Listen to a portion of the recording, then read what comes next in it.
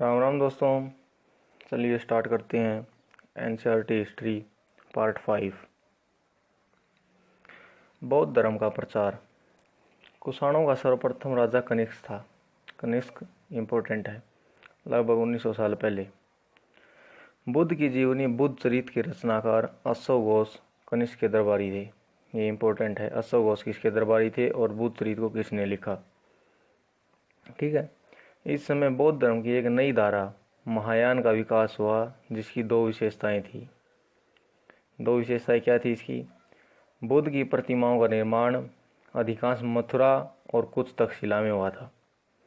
बौद्ध में आस्था, ज्ञान प्राप्ति के बाद एकांतवास की समाप्ति। एकांतवास में जाकर ज्ञान प्राप्त होता है और ज्ञान की प्राप्ति के बाद एकांतवास त्याग कर दिया जाता है। अब वे लोगों को शिक्षा देंगे और समाज में प्रवेश कर रहने लगेंगे। बौद्धिस्तव चीन और जापान तक फैला तो बौद्ध धर्म का प्रसार पश्चिमी और दक्षिणी भारत में हुआ। अनेक गुफाओं का निर्माण पश्चिमी घाट के दर्रों में हुआ। पश्चिमी घाट के दर्रे हैं, उनमें कई गुफाओं का निर्माण हुआ।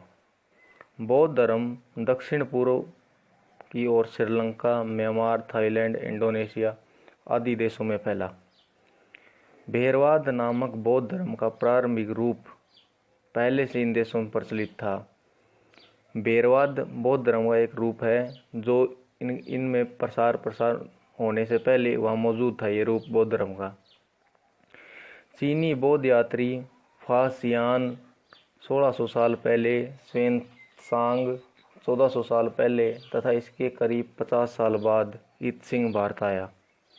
ठीक है, ये इम्पोर्टेंट है, कौन कब आया। भक्ति, भकित, भकित यह भद शब्द से बना है, जिसका अर्थ है विभाजित करना या हिस्सेदारी।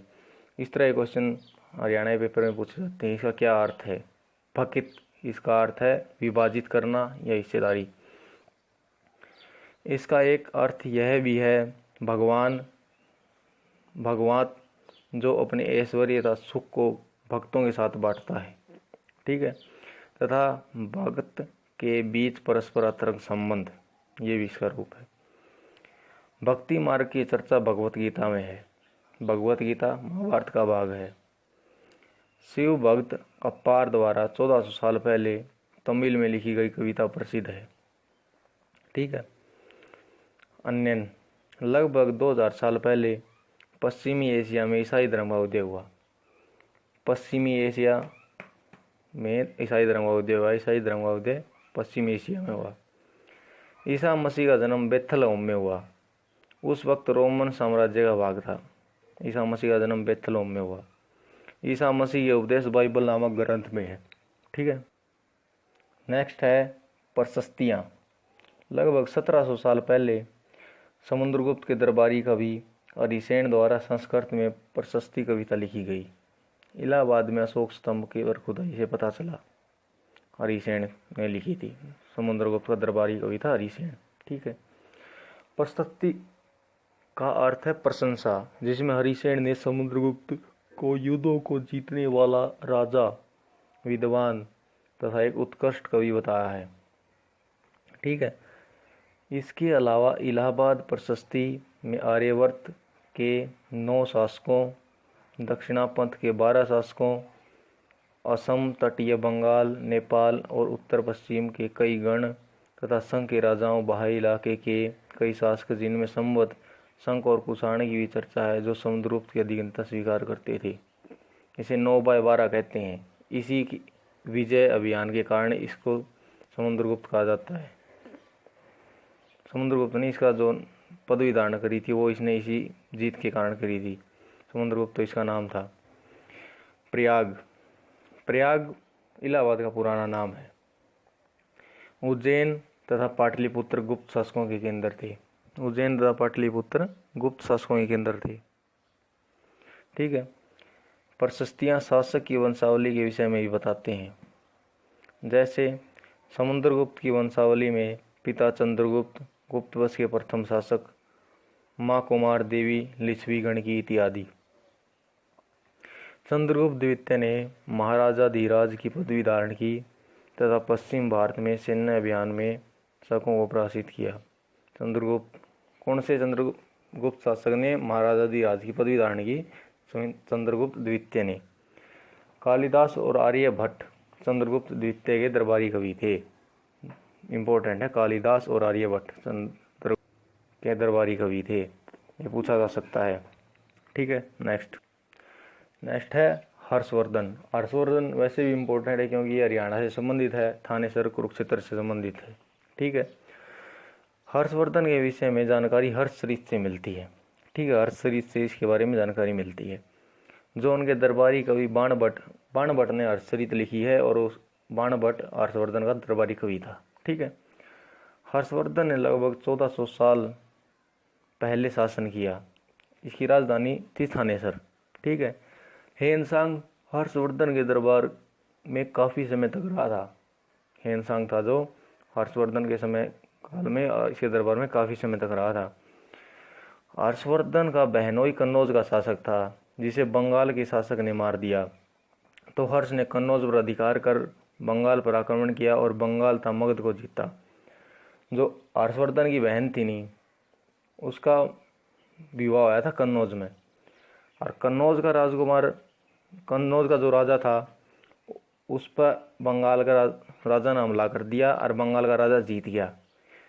तो और उसका वध कर दिया। जो कन्नौज का राजा था और हर्षवर्धन का जीजा था, बंदा था वो, उसका वध कर दिया। तो हर्षवर्धन ने कन्नौज पर अपना अधिकार कर लिया। ठीक है, और बंगाल और मगध को अपने साम्राज्य में मिला लिया, उन पर हमला करके। ठीक है, हर्ष ने जब नर्मदा नदी पार कर दक्कन की ओर कदम बढ़ाया तो उसे चालुक्य नरेश पुलकेशिन द्वितीय ने रोक दिया।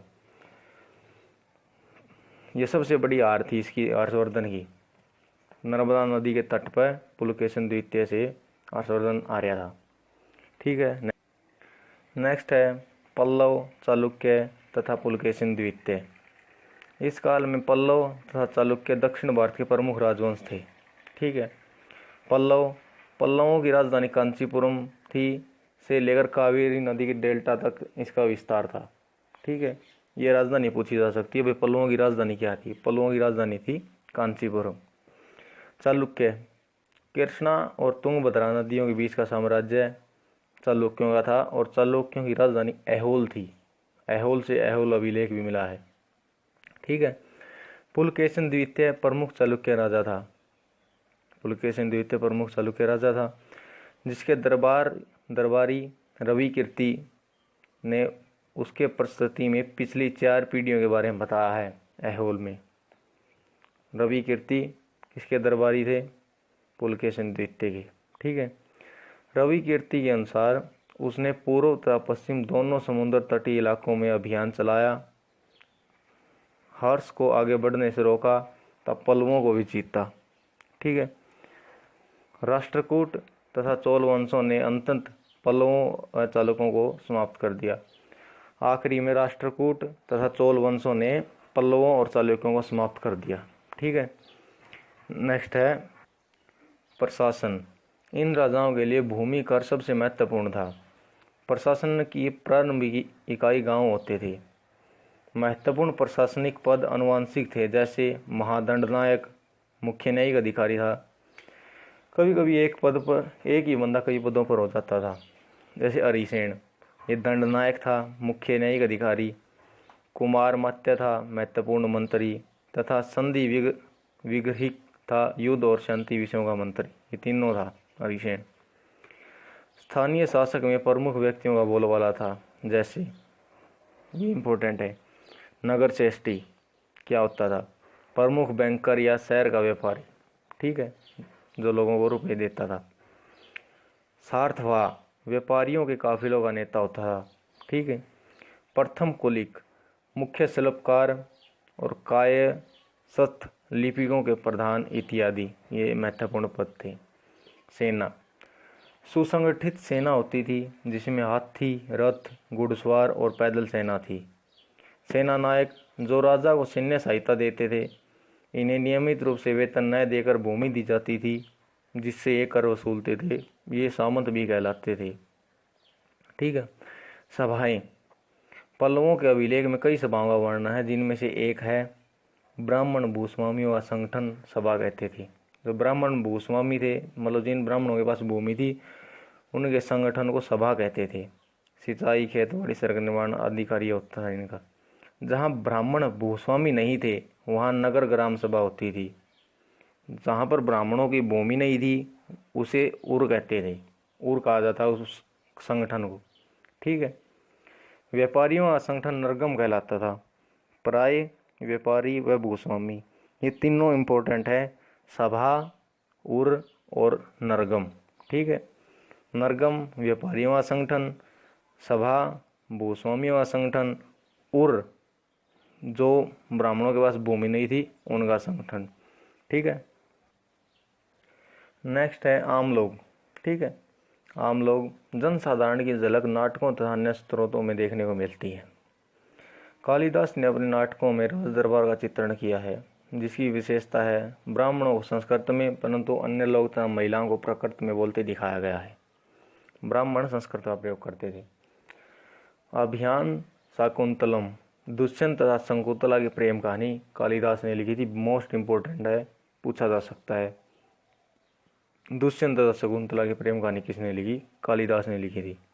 ठीक है। फासियन ने अछूतों की दुर्गति पर लिखा है। किसने लिखा? फासियन ने। ये लोग प्राय शहरों के बाहर रहते थे तथा जब बाजार या शहर में आते थे तो सभी को आगाह करने के लिए लकड़ी के टुकड़े पर चोट करते थे। मतलब ये शहर के बाहर रहते थे और जब भी ये शहर के अंदर आते थे लोगों को सूचित कर दिया जाता था भाई ये शहर के अंदर आ चुके हैं। ठीक है। अन्य अरब एक प्रमुख व्यापारी केंद्र था जिसे भारत तथा यूरोप के बीच समुद्री व्यापार बढ़ाने में महत्वपूर्ण भूमिका निभाई। ठीक है। व्यापारी केंद्र था अरब में रहने वाले बेदुइन गुमक्कर कबीले लोग ऊँटों पर आमित थे। बेदुइन, समझ गए? बेदुइन, अरब में रहने वाले बेदुइन वहाँ के लोग कहते हैं। गुमक्कर कबीले मतलब वहाँ के लोग, झुंड। लगभग 1400 साल पहले पैगंबर मोहम्मद ने इस्लाम धर्म की शुरुआत की। 1400 साल पहले इस्लाम की शुरुआत हुई। ठीक है। इस्लाम में अल्लाह को सर्वोपरि माना गया तथा कुरान को पवित्र ग्रंथ माना गया। ठीक है। अरब के सिपाहियों ने करीब 1300 साल पहले सिंध को जीत लिया था। सिंध को किसने जीता? अरब ने जीता था। ठीक है। ये NCERT हिस्ट्री 6ठी क्लास में सटी गई है। 6ठी क्लास की 6th क्लास की हिस्ट्री पूरी हो गई है। कल से हम 7th क्लास की हिस्ट्री स्टार्ट करेंगे, फिर 8th और 9th। ठीक है। ओके, राम राम। वीडियो अच्छी लगी हो तो शेयर और सब्सक्राइब करें और बेल आइकन को दबा दें ताकि नेक्स्ट वीडियो आप तक पहुंचते रहे। यह हरियाणा सभी पेपरों के लिए मोस्ट इम्पोर्टेंट है। धन्यवाद। जय हिंद।